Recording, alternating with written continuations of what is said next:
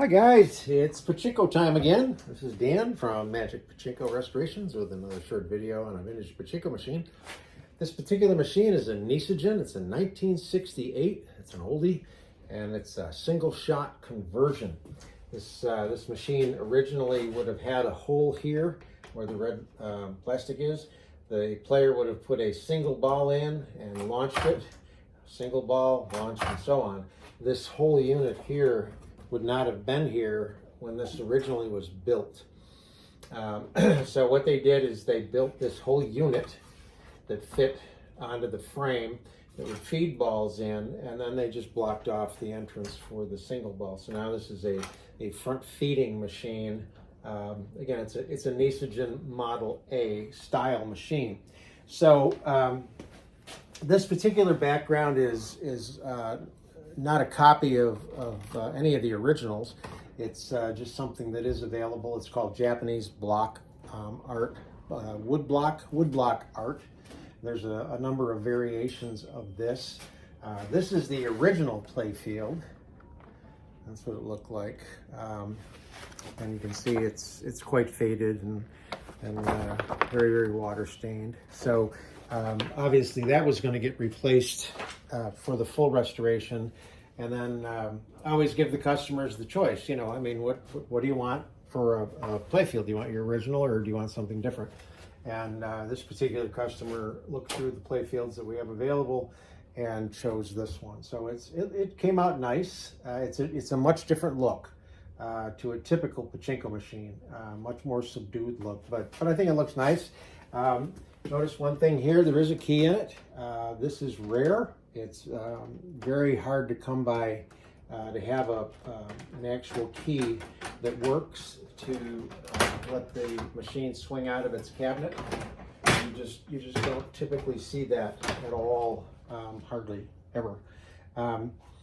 Over here and here, this is kind of a prismatic plastic. I'm going to bring this in. See, get you a better look at it. And there's a paper, colorful paper behind it down here also in this area. And the originals on this particular machine were, I still got them. What are you doing? Oh, I tucked them away. They were solid color. This one was pink and this one was kind of an orange color. And we've made up some replacement pieces, and these are multicolor. So they look kind of nice. They're a little more subdued than that bright pink and bright orange, which again lend itself to what the customer wanted on this particular machine. He wanted a little more of a subdued look. These are the original feet that were on the machine. The customer wanted to keep those. I did notice, however, when I put this machine all back together again, because I do take the cabinets apart on a full restoration, that when I put these feet on, the machine was tipped forward. That's going to cause you problems. If your machines, excuse me, whether they have feet or not, are leaning forward, that's going to give you problems. You want them leaning back. You don't have to have them leaning way back, but suffice to say they should be leaning back instead of forward. So I tried reversing the feet. That still didn't give me the lean that I wanted. And if you notice down here, there's little pads on these feet. So I took the back pads off and left the front pads on, hoping that would do it. And that still wasn't enough. So what I ended up doing is taking the little front pad or the back pad and adding it to the front pad. And now the machine leans back the way it should. And it plays very nicely.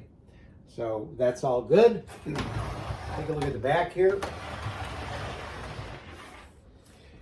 These aren't as bad as some of the other Model A's.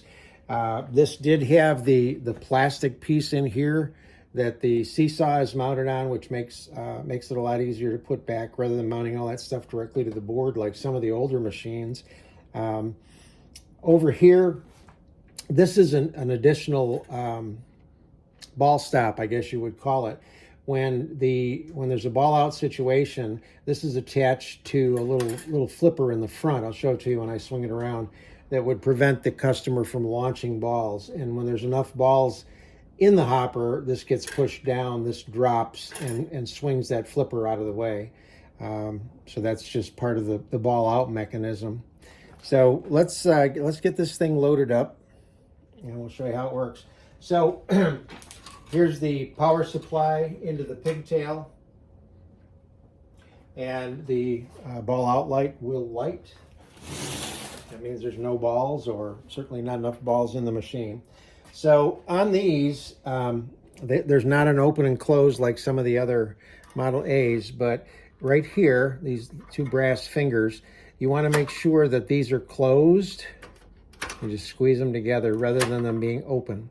When they're closed, it puts the two fingers down into the track, lets the jackpot fill up. When you open these, it will allow the balls to come out over here where you would have a little box to catch them.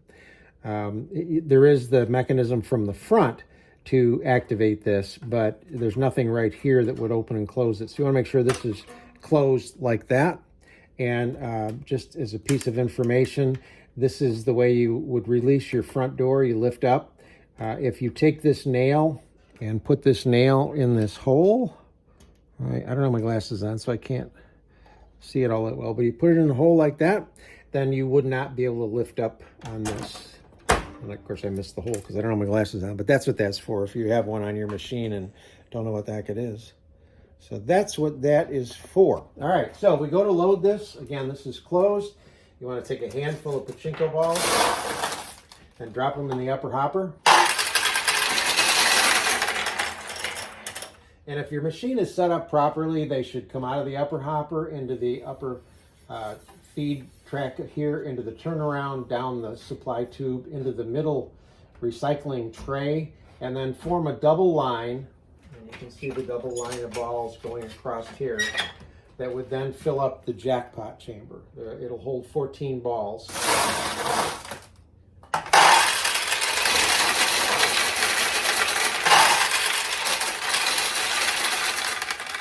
Now again, if it's set up properly,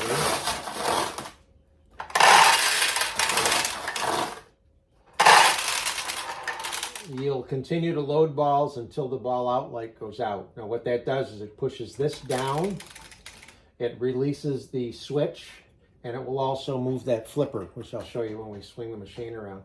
The machine is set up properly so that even though there's balls here, they're not flowing here yet.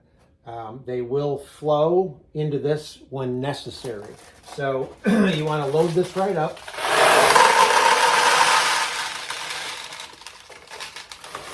You can put more balls in here. That's fine. So you've got it all loaded up. You got a few balls left over. Everything is good. Lights are out. This is ready to go. The other thing you want to make sure of is this big red plastic here is your seesaw that tips back and forth. When it's tipped forward, the light will come on. You want to make sure that it's tipped back and the light is off. That's the proper position for you to get ready to play.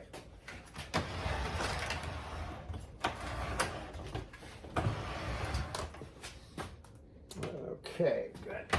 All right, so you take the balls that are left, throw them into your feed tray here, and as you launch, anything that is a loser goes in the drain hole, and with a Model A, it goes back into that center tray. If you get a win, the balls are going to, in this case, the balls don't come out up here, they're going to come out down here. Now, let me see if I can show you where it is. Yeah, I can. Okay. So, this is the little flipper that I mentioned right here.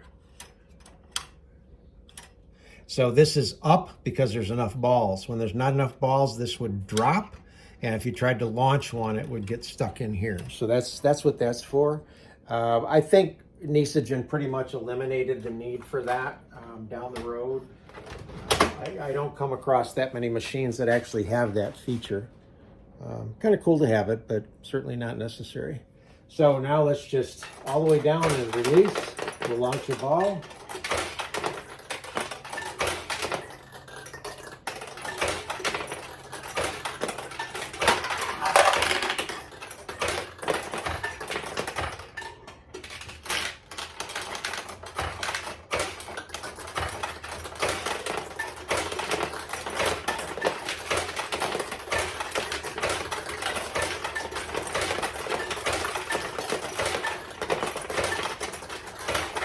there's a win. So when you get a win, the light will come on, and the winning balls come out down here. These are the balls you would win. Okay, so that's the way they work. If you want to drain the balls from this tray, you can push down on this. It will allow the balls, this is called the front overflow. It will allow the balls to come out down here. But most of the time you're going to leave them up there anyway. So when you launch, if you notice, you want to go all the way down and make sure that you get a ball on the launch rail and then let go. And if you notice, most of the time when I do that, it swings all the way over, hits the bumper, and stays on the right-hand side. Not always, but most of the time. So the spring tension is adjustable, but you can go all the way down to make sure you get a ball on the launch rail, and then you can release this a little bit before you let go.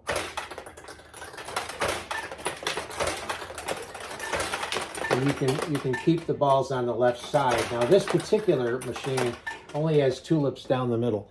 So typically if there's a tulip on this side here, then you're going to want to have the ball drop on this side if it's open. With the tulips all being the middle, ideally you want the launch balls to come up and drop down through the center, if at all possible.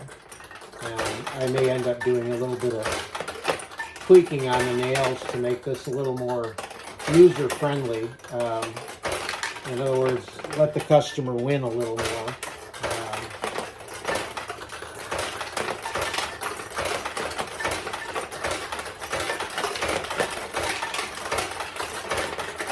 There's another one. And another one. So that's the 1968 Model A single shot conversion with the front overflow. Really pretty machine. Hope you like it. Thanks.